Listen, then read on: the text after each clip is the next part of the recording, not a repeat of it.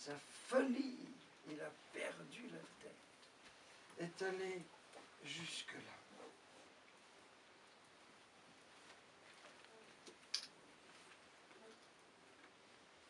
Tu es la sœur de Dieu. Tu es le frère de Dieu. Pas seulement vous deux, mais tous. Je n'ai pas le temps de le dire pour chacun.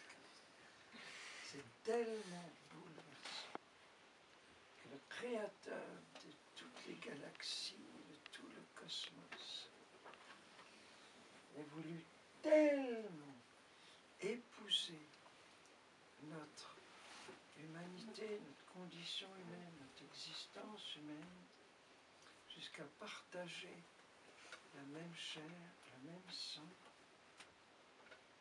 pour que nous ne soyons pas seulement des créatures de Dieu, qui avons reçu la vie même de Dieu, mais que nous soyons ses propres frères et sœurs, de chair et de sang.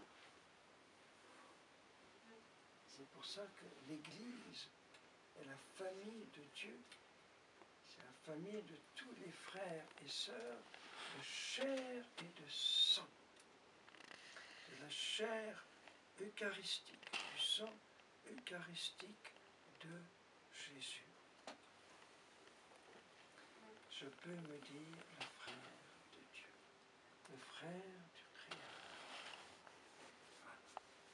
Et donc, à quel point nous devons être entre nous, frères et sœurs, puisque dans chaque relation entre deux baptisés, entre un frère et une sœur baptisée, il y a Jésus qui fait la connexion entre les deux, car nous sommes tous frères ou sœurs du même unique Seigneur. Et Jésus va beaucoup plus loin avec ce mot, il est pour moi une petite maman. Alors là, incompréhensible. Comment est-ce que je peux être une petite maman pour Dieu? Pendant le temps de l'Avent, nous plongeons dans le mystère de la vie de Jésus in sinu.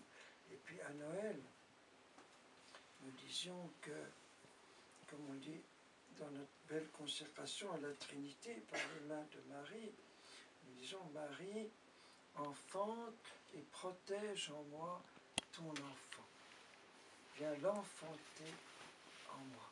Et après l'avoir enfanté, l'avoir engendré au-dedans de moi, ce qui est le mystère du baptême, renouvelé à chaque communion, protège-le.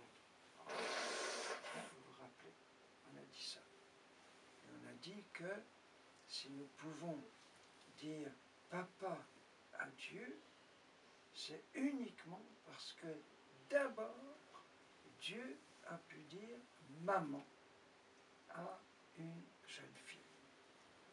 Sinon, si Dieu n'avait pas dit maman à Marie, jamais nous n'aurions pu avoir Dieu comme papa. Impossible. C'était la condition sine qua non.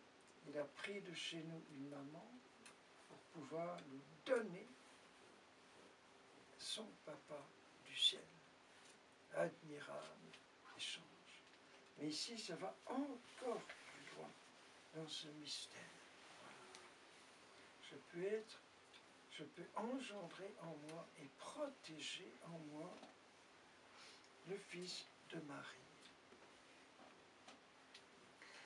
En me nourrissant comme lui de la volonté de Dieu. La volonté, j'aime beaucoup l'expression de ce martyr, Monseigneur Vladimir Ghica, de Roumanie, qui aimait beaucoup ce mot, les préférences du Père sur moi.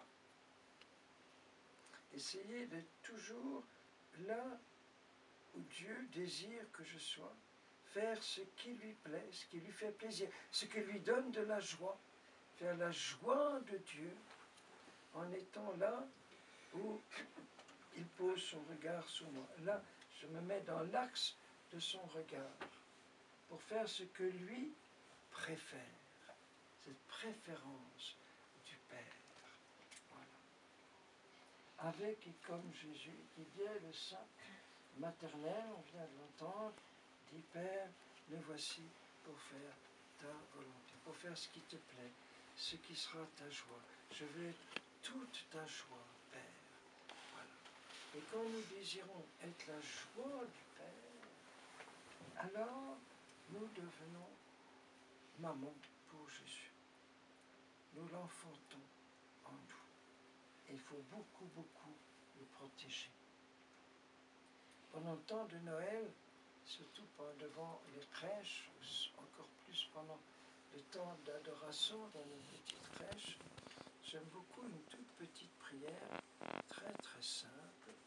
C'est de dire tout simplement, en regardant Jésus hostie, mon Dieu et mon tout petit. Comme Marie a dû lui dire la nuit de Noël, en le prenant dans ses bras, mon Dieu, qui t'est fait mon tout petit. Voilà. Marie est celle par qui Dieu se fait notre frère et par qui Dieu peut se faire notre tout petit enfant. Ça, c'est jusqu'où est allée la folie d'amour de Jésus. Et quand il se livre à moi, quand il se donne à moi, dans l'Eucharistie, d'une mystérieuse manière, il dépend entièrement de moi.